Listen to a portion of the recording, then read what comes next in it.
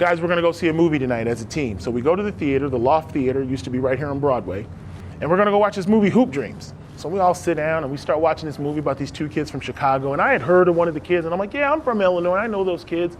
And as the movie kept going, I'm like, wait a minute. That's me. That's me. We played them fools. So I'm all in the movie, blocking his shot. And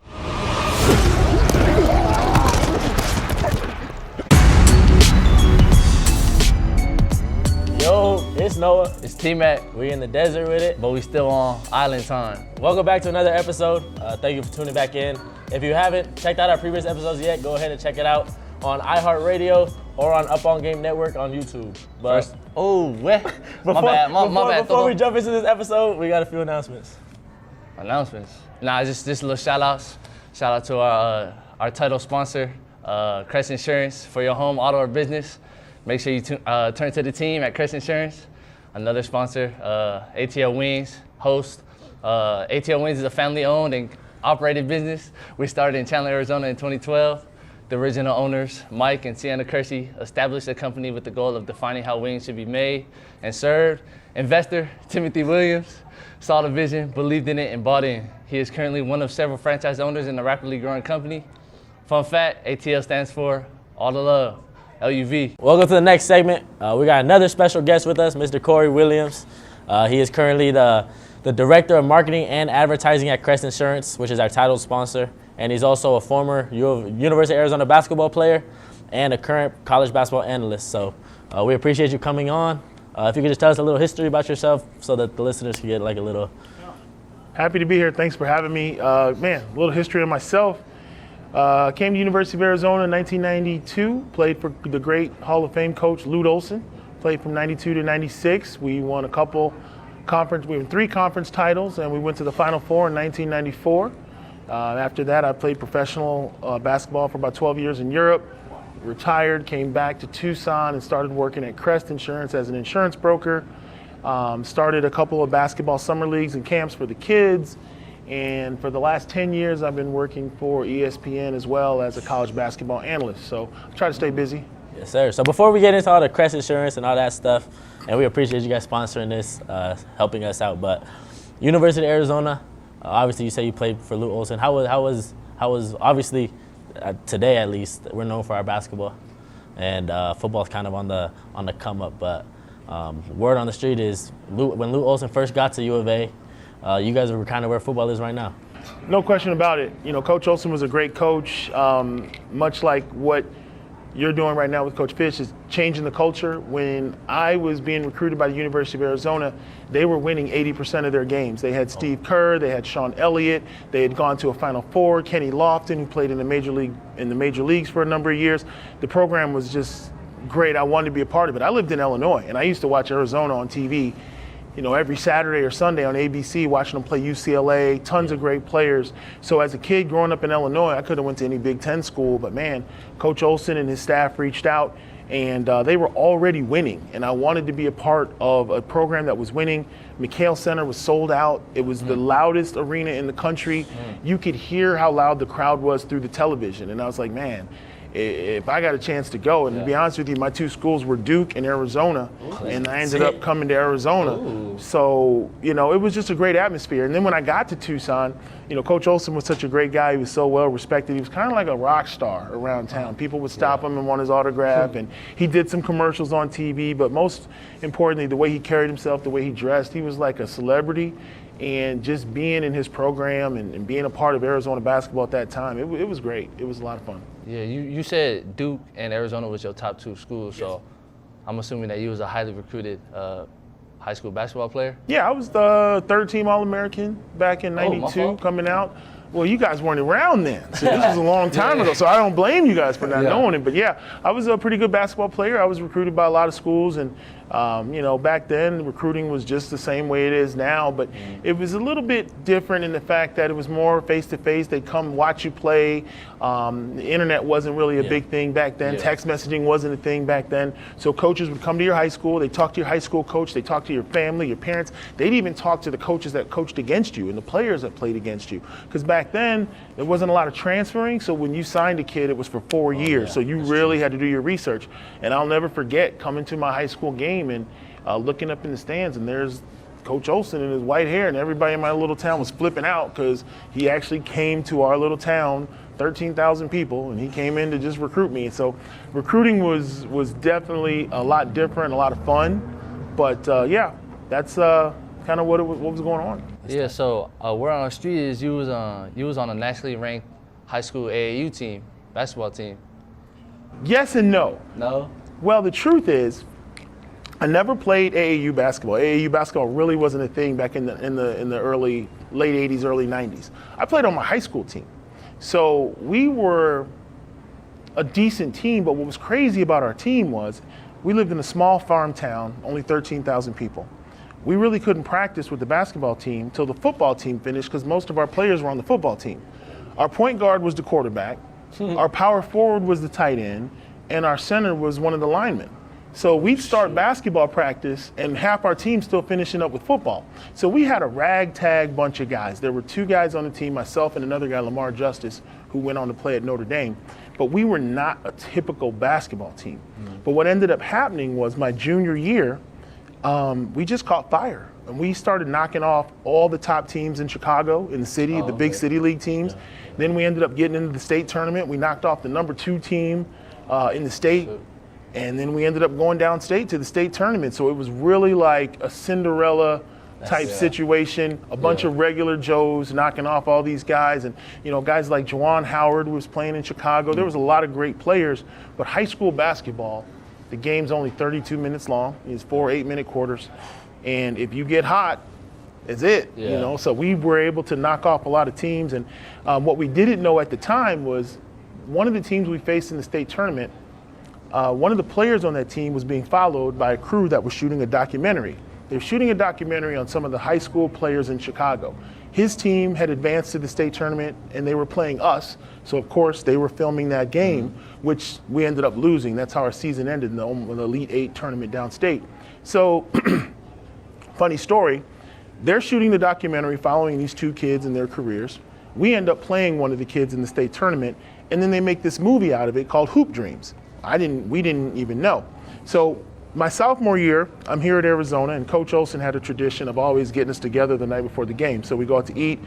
Guys, we're gonna go see a movie tonight as a team. So we go to the theater, the Loft Theater, used to be right here on Broadway, and we're gonna go watch this movie, Hoop Dreams. So we all sit down and we start watching this movie about these 2 kids from Chicago. And I had heard of one of the kids, and I'm like, yeah, I'm from Illinois, I know those kids. And as the movie kept going, I'm like, wait a minute. That's me. That's me.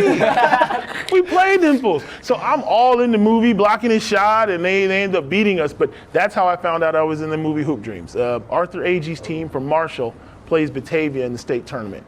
And they barely beat us, and it still makes me mad to this day. But it's a good movie. It's a real good movie. Where can we watch that at? I'm trying to Hoop watch Dreams, I think it's on HBO Max. You can stream it. Oh, HBO Max, yeah. Oh. And it's a really interesting story because these are the 2 hottest young kids in Chicago, and they've got dreams of the NBA. One of them gets sidetracked with injuries, and he just never is the same player.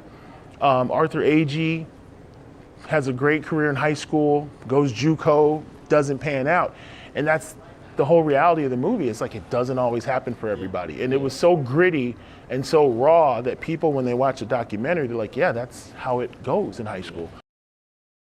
That's awesome. Nah, so when you were at the U of A, you mentioned that you guys were going Sweet 16, Final Four. The football team was good that time too? Heck yeah, we had the best football team in the country. So Tucson Desert was Storm, rocking. yes, Teddy Bruschi, Brandon Sanders, that was our era. So it was crazy because up until then the football team was kind of average and we were the hot shots in town. Yeah. And then one year, Coach Tomey, who was a great football coach, we had a defense that literally looked like NFL players. Like we were beating teams 10-3, 13-0. Like you couldn't score on us. We had all the best defensive players in the country. Desert Storm, Kelvin Ethan was a member of that team. That was my era. And I remember going to the football stadium, and for the first time in a long time, you had to like hope you could get tickets. They were that good. Oh, so Sean Harris, you got to look up Desert Storm in the 90s. They were on the cover of Sports Illustrated. Sports Illustrated said Arizona was the #1 football team in the country that year. And literally, most of that defense went to the NFL. Those guys were unbelievable. Like Teddy Bruschi, all the fame he had with the Patriots, it started at Arizona. They had some big-time football players. And, I'll be honest, as a hooper, we was kind of jealous. We was like, what about us? And they was like, it's about football. So for 2 or 3 years, the football program was outstanding. They won a lot of games. And I just remember when the football season started, it's August and it's hot, and you have a 2 o'clock game, and nobody wants to go sit in that sun with those hot aluminum bleachers.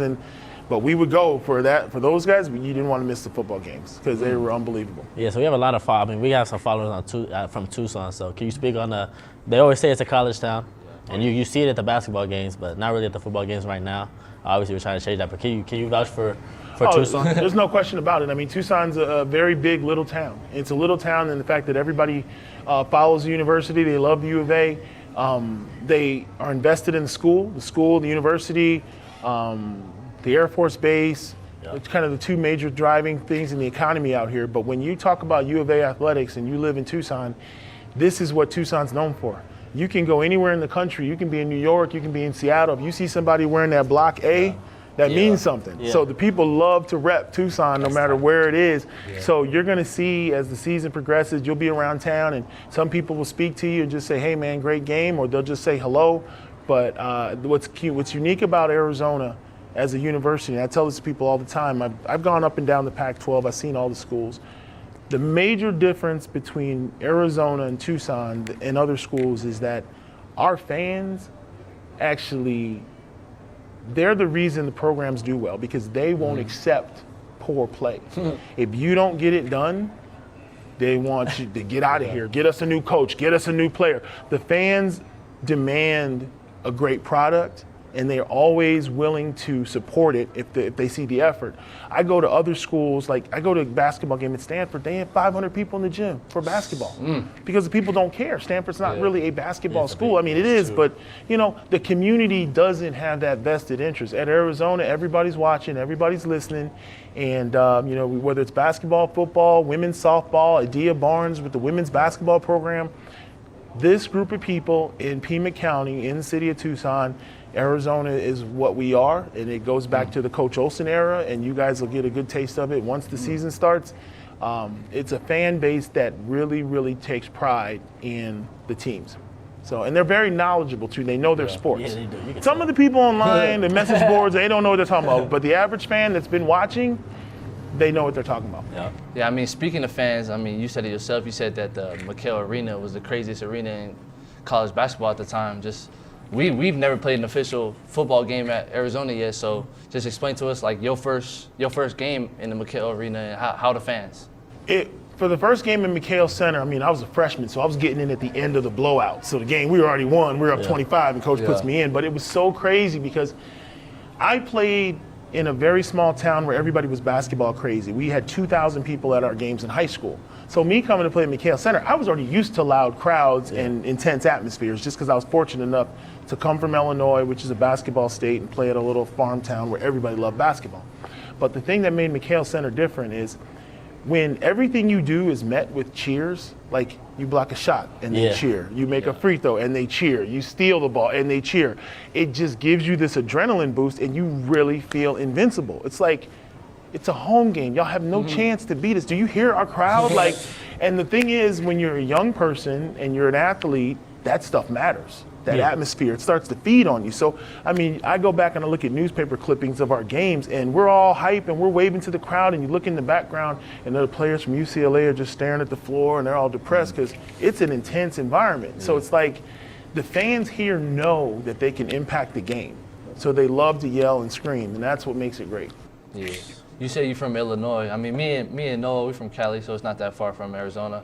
But like, speak about your transition from Illinois to Arizona. What was that like? Well, it was a difficult transition at first. That freshman year, first semester, mom and dad are working and they're 2,000 miles away, and you're by yourself, so you got to grow up really quick. And the other thing that the transition was difficult is because a lot of people don't understand this. When you go from high school to college, the sport that you've played just gets harder. Yeah. So your freshman year, that's the hardest everything's ever been. The things you used to do don't work anymore, so you got to find new things, you got to develop. So now you got a player who's comfortable. They go far away from home. The thing they love all of a sudden is super hard, and they got to find a way to power through. Yeah. So the transition is, staying positive, finding a good group of friends, sticking close with your coaches. My freshman year, there were days where I just wanted to quit. I wanted to transfer. I was like, man, this is ridiculous. I went from being third team All-American to playing 2 minutes a game as a freshman. Like, I wasn't getting no burn. I couldn't feel that I was getting better. Sophomore year, I started putting on weight. I got a three-point jumper. My handle was nice. I could feel myself getting better. So I was like, okay, so I am making some progress. So you stick with it. But that transition is so mental because a lot of guys, things will happen and you can't really just turn around to coach or your mom or your dad or your homie because it's sports. Yeah. You got to figure it out. So mental toughness is the best thing I can tell people for that transition. Everybody's going to struggle. Everybody's going to have ups and downs, but I remember for me, I called home. I said, Dad, I made a mistake. I'm at Arizona. I'm not as good as these guys. I mean, we had like 8 NBA guys on our team. So I wasn't going to get any playing time. Like the dudes on our team, we sent 3 or 4 guys to the draft every year at Arizona back then. So I called him. I said, I think I messed up. I'm not going to get any playing time. I want to transfer. And he was like, nah, you're not transferring. You picked that school. You're going to finish there. Yeah. Those guys found a way to make it to the NBA, and they got 2 arms and 2 legs just like you, so figure it out. And I hated him for that, but it was the best thing that ever happened to me because eventually I got better, and I played pro ball for 12 years. So got to stick with it. Yep. Okay. So I mean, we're here 25 years later in Tucson, Arizona. Don't say that too loud. So what made you want to come back to Tucson? Well, it was just interesting for me when I finally I was playing overseas and I was coming back to Tucson in the summers. And then it got to the point where, okay, I got to buy a house. I need to, have some place to live. And my buddies were all out here and college, you guys are going to find out best years of your life.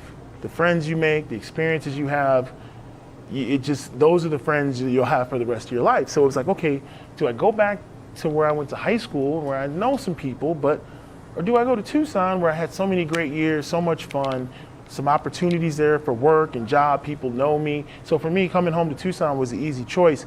I was still playing overseas up until like 2007. And then when I retired, I'd already had a house here. It was just about, transitioning from sports to, professional life. But Tucson was always great to me. I had a lot of fond memories. I got a ton of friends.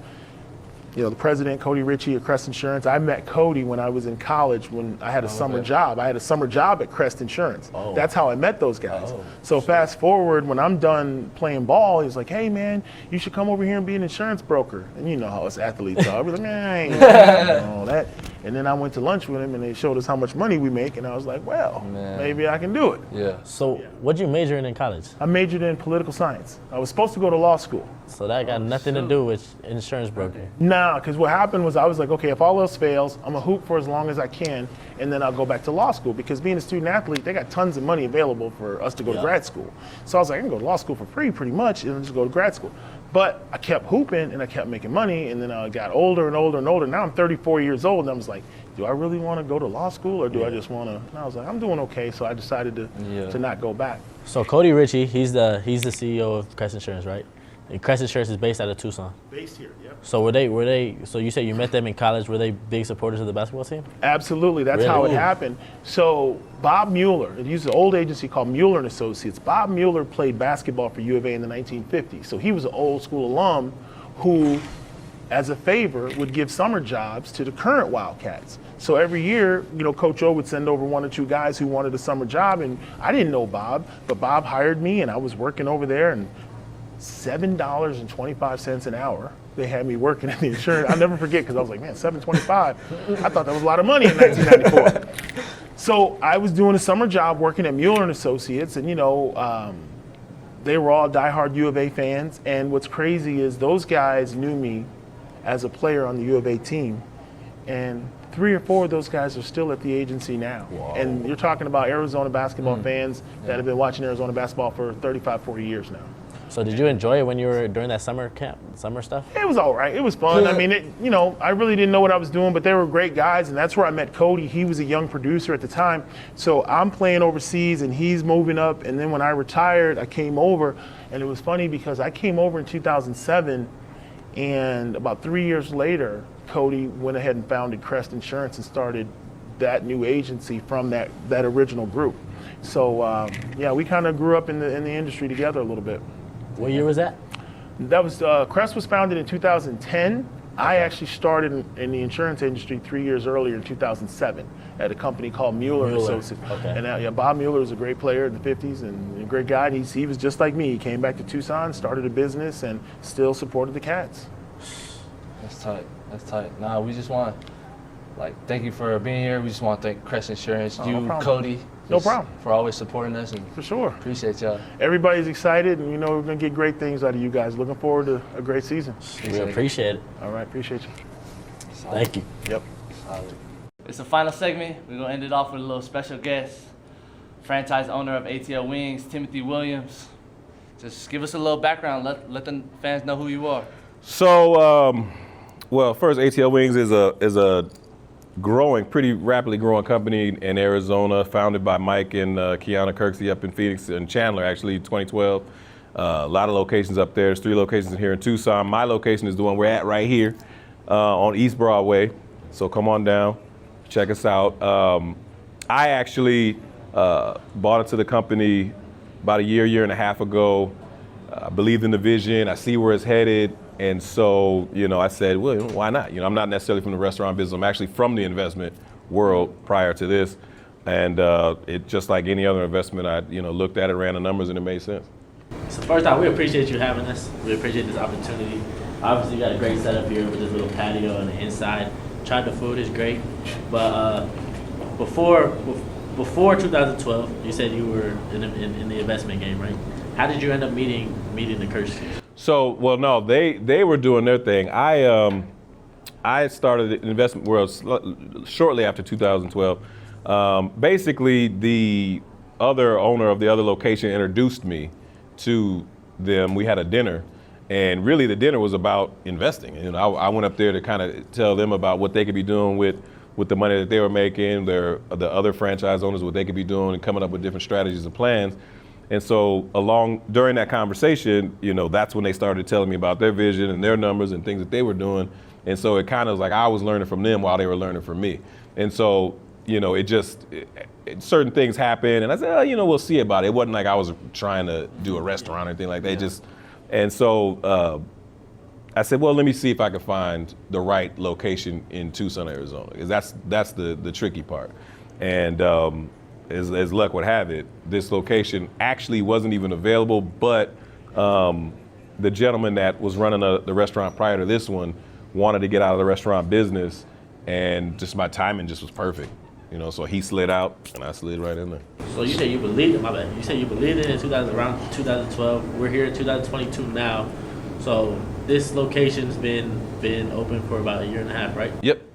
Right, a year and a half, yep. So what was before that, the couple years before that, what was happening? With me or just In general. Oh, so before that, I was a financial advisor at Edward Jones. Oh, wow. Yeah, so I, literally managed money, so did building strategies, anything related to people's goals, whether it be retirement or college or, protecting their assets, all sorts of different things. Very difficult business, very difficult to grow your business in that arena. Nothing is handed to you. You got to go out and literally knock on doors in Tucson, Arizona, in a suit and tie. I mean, you got to grow it. I mean, it's really hard. So, that kind of thing, that being forged by that fire, and some of the other stuff that I did prior to that, I think it kind of prepared me to be able to do this, and also find success doing that. And now that this is running really well, it's like kind of looking at the next chapter. What am I going to do next? The next thing, trying to build a legacy for my kids and the family, make sure that there's something that they could plug into and just kind of go from there. Have you always been in Tucson, or? No, so my brother came here from outside Chicago in, I want to say 92. And then I came out shortly after that in 95.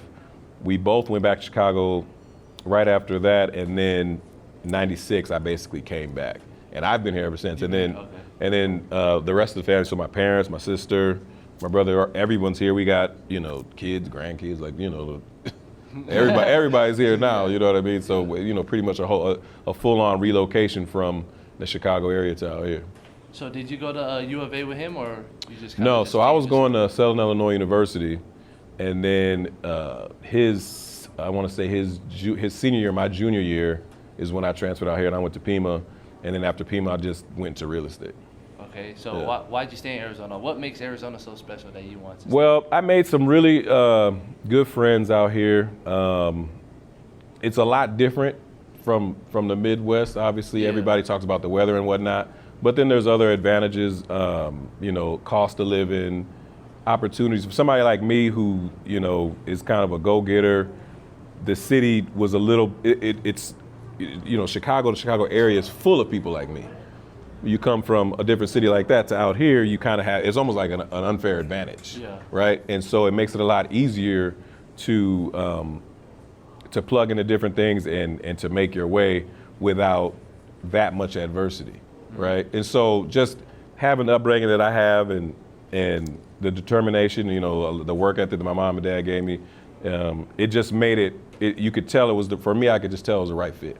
Okay. So I'm guessing you like it out here then? Yeah, I mean, it has just enough, of what you need to keep you entertained. I mean, primarily for families, you can find good. School systems for your kids, school districts and whatnot for your kids. Younger generations, you got the whole downtown, which it was nothing like that when I first came here. Now it's thriving. And then for people my age, there's if you're into dining and casinos or hiking or whatever, so a little bit for everybody. But then the real cool advantage, you got the airport and you got Phoenix. So if you want to go do something in a major city, you can always jump on a plane. Yeah, I mean, I see you ready for that triple-digit weather with that ATL Wings cutoff. I got you. I get you covered. I got you. But you was talking about managing money, what you did before. So speak on that business side. So this is something that y'all gonna want to definitely learn about, is because you guys are highly likely to run into a whole bunch of money pretty soon. So what you got to understand about the money management business is the first thing you got to understand is the person that's managing money is doing it to make money, right? That's not a bad thing. It's just their job. Like a plumber gets paid to plumb your toilet, a money manager, somebody, a financial advisor or whatever, agent, all these different people, they get paid to do their job. It's the ones that act like they're not getting paid you got to watch out for. Yeah. So you want to know up front, first of all, what they're being paid, right? And how they're being paid. And they're supposed to disclose that sort of thing. But you want a professional. You don't want somebody who kind of knows about this stuff or knows a guy or is getting advice from somebody and then trying to pass it on to you secondhand or whatever, because what's lost in translation could cost you everything. And also somebody who's currently in the business as an advisor is going to get information on a daily basis that is going to make huge differences in what your investment decisions are going to be. But you don't want to, because there's a lot of people in athletes and musicians and just people with money in general that make decisions based on kind of hearsay and conspiracy theories and you don't invest, don't use an accountant, they're going to steal your money. And those stories happen, but a lot of times you dig into those stories, what actually happened is it wasn't a fully licensed or an actual person that worked in that business. It was somebody peripheral to someone, and that's how they got taken advantage of. So, and then you also want to go to a reputable firm. You probably, and this is totally up to you, you might want to stay away from, mom and pop type, this is my first time, my first go. Like let you get a few years under your belt and manage some real, then I'll come talk to you. But you just want to be really, really careful, because at the end of the day, it is absolutely like your money. Yeah, it's true. That's true. That was some knowledge. I know, the big words too. Like, no, relax, I just, you got to know this stuff. I mean, it's everybody should know it. It's not even necessarily. I've had, we're here near the military base, and a lot of my clients are military. A lot of them are Raytheon, and there's strategies for people, even college students, that you could take small amounts of money and invest it in a continual manner, and it grows exponentially over a span of time. So it's not investing and putting money away. It's not necessarily for just rich people, but obviously the more you have, the more you need to pay attention to. Yeah, appreciate it. I mean, you said that this is this company and this ATL Wings, it's a rapid growing company, And I mean, ATL Wings is a huge supporter of me and Noah. So, like, what could we do to help a local business? I mean, just the word of mouth. You know, the 5-star reviews, not 4, definitely not less than 4. 5, we need 5. 5s only. Don't even look at the review page if you're not willing to leave a 5. I'm just playing, but I'm not playing. But yeah, you wanna you know just support. It's just like anything else. Like if like you know fans come cheer, want you guys to do well, you feed off of that. You know what I mean? If there's nobody at the games, you probably play really, really well. But it does make a difference. Somebody's in there cheering, you got your back, they want you to do well, right? So same thing here. Like, you know, we need the support of the community, people to come in and be positive and enjoy themselves. And if there's something wrong, we absolutely we're gonna fix it. We're gonna do our best. But at the end of the day, we know that we have a top product. We know that there's not a lot of competition in this lane that can actually do it as well as we do it. Yeah. And so we take pride in that, and so we truly invite people to share that information with others. Like, hey, I went there, I loved it. You should go there too. Yeah, you know, bring your friends and family, bring the team, bring everybody. Yeah, we might have to make it a post-game spot. Yeah, do that. You see, we got it. You know, we turn the music up, we put whatever y'all want on the TV, and actually, you know, okay, y'all can't really see this, but we can, plug in the PS5s and all that. Oh. Yeah, we've done that. Game nights. Shoot. Oh yeah, we do all that. I like that. Yeah, we do all that. We were talking to you yesterday. We were talking about this past season that just happened. Yep. Got a lot of Cincinnati fans in here, huh? Yeah, it was weird. They're a unit from in the Army was stationed there out of Cincinnati, stationed here, and just as luck would have it, they just happened to start showing up a few at a time, and the next thing you know, it was 10 of them, then it was 15, and then and as Cincinnati kept getting better and better, more and more of them kept showing up, and then come Super Bowl Sunday, it was a complete madhouse in here. I mean, so describe that atmosphere? Yeah, man. So the halftime show, for instance, right? So everybody went nuts. We turned it all. Everything was turned all the way up. And then for some reason, when Eminem came on, I guess it's close enough to Detroit, but every last one of them knew every word to the Eminem song, and they just erupted like in unison. You know what I mean? The Eminem, and it was really we got a few videos of it. It was really cool. But I mean, just the energy and everybody's laughing and having a good time. That's really what we're about. ATL stands for all the love. So a lot of people think it stands for Atlanta, but it actually doesn't. It stands for all the love. And so that's really what we're about. Like, that's why we have, a nice vibe in here. We really welcome people in. We say goodbye when they leave. We check on people just because we want you to have a good time. It's a community in here then. Yeah, real life. I mean, I'm gonna be honest. I never ate over here yet. I mean, he has. I haven't ate over here. I'm gonna have to. Oh yeah, we got you right now. Oh yeah. Yeah, get in there. ATL Wings. I gotta get those biscuits. Oh yeah. Biscuits? Yeah, man. They like in the last 2 days about 15 biscuits. 20 biscuits. What would you say is the most popular thing on the menu? Well, so me, I'm kind of like, expert level, whatever's past expert level at this point. So you get your wings.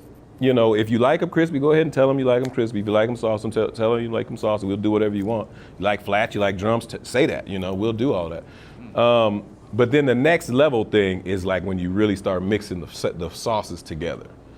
And a lot of times we learn that from the customers. Like they'll come in and say, can you give us lemon pepper mixed with medium, which is actually really, really good. Or citrus chipotle mixed with lemon pepper, or, and you can start really getting creative. And so really when we say we got 22, 23 flavors, really we have almost unlimited flavors because you can mix a bunch of sauces together and you can kind of make it your own. And it just takes, trial and error. You just got to keep trying. Another thing we do here is you can just, we'll give you a little taste of the sauce so you can try it before you buy it. Before this, were you a wing guy? Oh, yeah. So you were familiar with the game? Oh, yeah. Yeah. What was your thing coming in? What was your flavor? So I was kind of on, like, I don't really go for that hot stuff. I don't really do that at all. No, I don't do it. I don't really understand it. I don't know why you hurting yourself while you do it? If we had them. If you like them, knock yourself out. But no, I'm more about the kind of the either sweet and savory or savory. I like so coming in I was kind of like like the orange chicken Asian type stuff. Yeah. You know what I mean? Now the lemon pepper is amazing. The Sun Special, all that ATL actually is really, really good. But that's more my lane. I'm definitely not a burning hot wing type of guy. You know what I mean? What's your flavor? I like honey barbecue. Honey barbecue works. Yeah. That's regular, basic. But Yeah. Yeah. Honey barbecue works. Yeah. Yeah. I mean, and that's funny because I don't hardly, I ain't gonna say never, I hardly ever eat the same thing in a row. Yeah. You know what I mean? Like one day I'll do, like there's a brother came in from New York and he mixed lemon pepper and honey together, which I had never heard of that, and it was fantastic. It was great. So, you know, you just got to try some stuff and see what you like. Yeah. Chicken and waffles. Saw that on your menu. That's special. Chicken and waffles. Yeah, I mean it's another thing that we're doing. We're adding things to the menu on a regular basis too. So I mean it's kind of like you might come in and see something. You might see something on there that you wouldn't expect, right? You know. So it's just you following us on Facebook or Instagram or Google or Yelp. You know, we'll post all that stuff out there, or just coming in and you'll see the difference. So let us know. Bone in, bone out. Me bone in. Bone in. I do eat boneless. Yeah, you can't knock it. I do eat boneless, but yeah, it's easy. Like if I just want to eat something real quick, but boneless, bone in, yeah. I'm a most of the time it's gonna be an extra crispy all drum situation. All drums? You don't like flats? What's good? Well, I do the flats too, but I'm a little clumsy, so like sometimes you try to spin the flat, try to spin the bone out, and then the chicken will go flying. So I've learned my lesson. You got depending on what you're wearing, you don't want to a honey barbecue wing landing on. Yeah. You know what I mean? So with the drums, you don't gotta worry about that. Do you play any sports? I used to. I played basketball. My mom wouldn't let me play football. I was really good at football actually, but mom wouldn't. Like I remember the day. Like I was 7th grade, junior high, walking down the hallway, and I hear cleats behind me, and I look and I see all the guys with their pads and their cleats, and I was like, when did football practice start? Like when did the sign up? And then I went home and she was like, yeah, they sent me the thing, but I didn't want you to play. So, yeah, she was on that. So I just played basketball, basically. Who wouldn't want to win, you or your brother? Well, you talking about now or then? I could probably get him now. Then he was 6'7" in 7th grade. So that's crazy, bro. Yeah. He looked like that, except 200 pounds less, literally in 7th grade. Like me, I was probably a little bit shorter than this in 7th, 8th grade, and grew throughout high school. But my style of play was more like Dennis Rodman. I like You know what I mean? I was more like defense, rebounds, block just shot. Know that you giving them buckets. Right, you know what I'm saying? You're locking them up. Yeah. You giving them buckets. But I had the super hops though. I don't know exactly what it was, but it had to be at least 40. It had to be at least 40. At least 40. I could bang however you wanted it. 40? Whatever you needed. Whatever you needed. You compared yourself to Dennis Rodman. We was having a little discussion earlier about Scottie Pippen versus LeBron James. Who the best defender ever in NBA? I would say Rodman. For sure. That's easy. Psychopath, man. If you could guard Shaq, then you know what I mean? How tall is Rodman? 6'8". They might have given him a little extra. Yeah. He's probably like 6'6", half. And after all those games, that fool went and worked out, and then like partied till that boy crazy. the noon, and then slept for an hour, and then went and played the very next night and gave you 20 rebounds. So you comparing yourself on the field? I mean, on the court, right? Yeah, not off the court. Yeah, not off the court. I was making not sure, off the man. court. No, I ain't wearing no wedding dresses. I ain't riding no motorcycles. No, yeah, Dennis can keep all that. But no, just as far as like hustle, determination, and all that, you just play hard. Just go hard. You know what I'm saying? That's all. Why you gonna be out there if you ain't gonna go hard? You know what I mean? Well, that wraps it up. Appreciate ATL Wings for the mass support hosting Yes, sir. this live show. Y'all go follow them on Instagram. Yeah, go follow them. Come check out ATL Wings, East Broadway. All the love, LUV. Appreciate y'all. We appreciate it. Cool. That wraps it up for this episode. Appreciate y'all tuning in. One more time, I want to give a shout out to our title sponsor, Crest Insurance. For your home, auto, or business, make sure you turn to the team at Crest Insurance. And then our host, ATL Wings. ATL Wings is a family-owned and operated business which started in Chandler, Arizona in 2012. The original owners, Mike and Sienna Kersey, established the company with the goal of defining how wings should be made and served. Investor Timothy Williams saw the vision, believed in it, and bought in. He is currently one of several franchise owners in this rapidly growing company. Fun fact, ATL stands for All the Love, LUV. Oh, LUV, I like that. Thank you to all the fans showing up. Appreciate y'all, Tucson community. We love y'all. All the love, ATL Wings, you already know what it is. Appreciate ATL Wings for hosting us. And we appreciate you for tuning in on Island Time in the Desert. With Noah and TMAC. Malo. Shoot!